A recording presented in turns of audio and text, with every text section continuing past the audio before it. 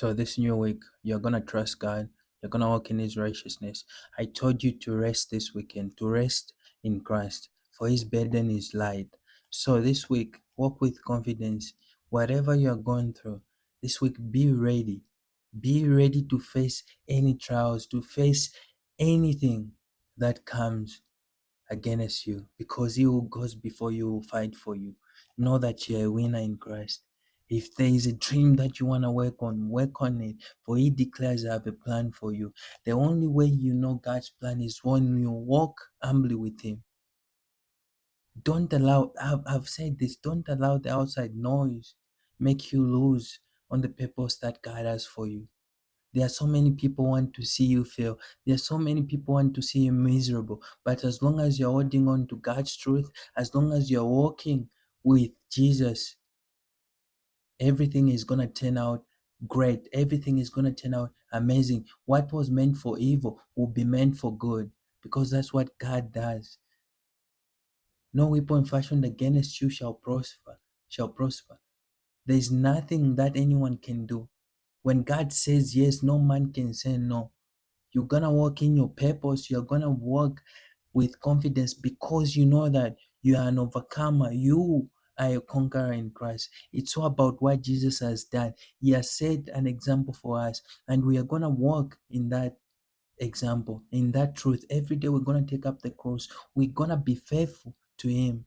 We are gonna be faithful with what He has given us. No matter the little you think He has given you, use that and be grateful and be thankful, because God is working in that. You grow when you learn to appreciate the small things that God is doing in your life. If you can't see the small things that God is doing in your life, how are you able to see the big things that God is preparing you for? Because in those small things, God is preparing you for the big things. If you're not ready to handle small things, how are you able to handle big stuff? The little money that you have, because I've been careless with my stuff. I can't lie to you, I've been careless. I've been one of the most careless people I've ever met is me. I'm so careless.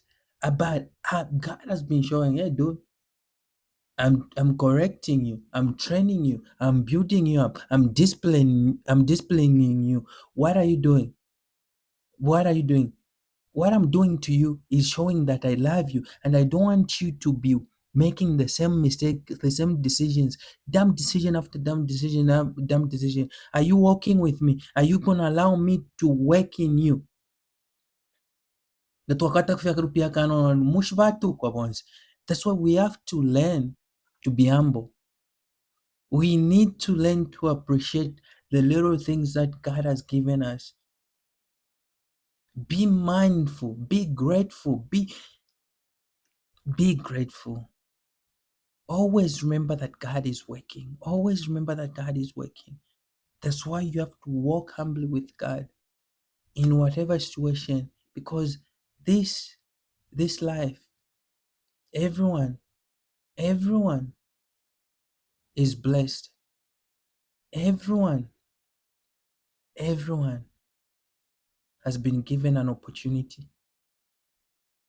And we see those opportunities when we find Jesus. Some are like, oh bro, I don't have anything. I don't have anything. And you may feel that way. But when you focus on knowing who God is and what the purpose that God has for you, you'll find fulfillment in life. And that's another question you need to ask for yourself. You need to ask yourself, what are you in pursuit for? Because people want money so that they say, oh man, when I have this and this, that's when I'll be settled, that's when I'll have joy, that's when I'll be happy. But when they have those things, hey, still chasing for more, still wanting for more. Because the only time you find fulfillment in life is when you find Jesus. It's when your soul settles and say, it is well. Is it well with your soul? Because your flesh, where your flesh is going and where your soul is going, they're two different things.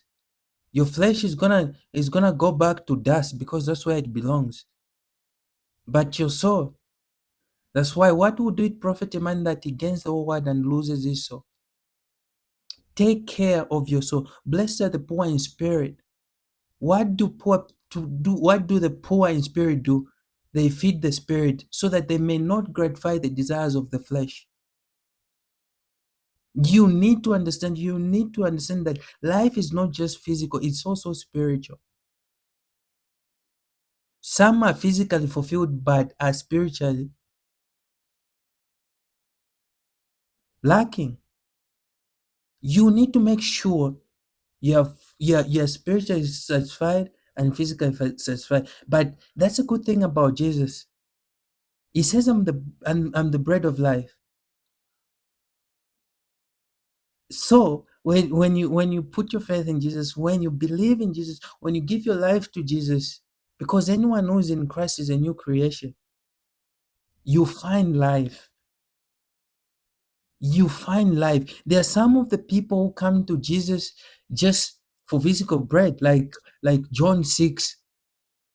They're like, where is Jesus? Well, hey man, yesterday you turned bread, you turned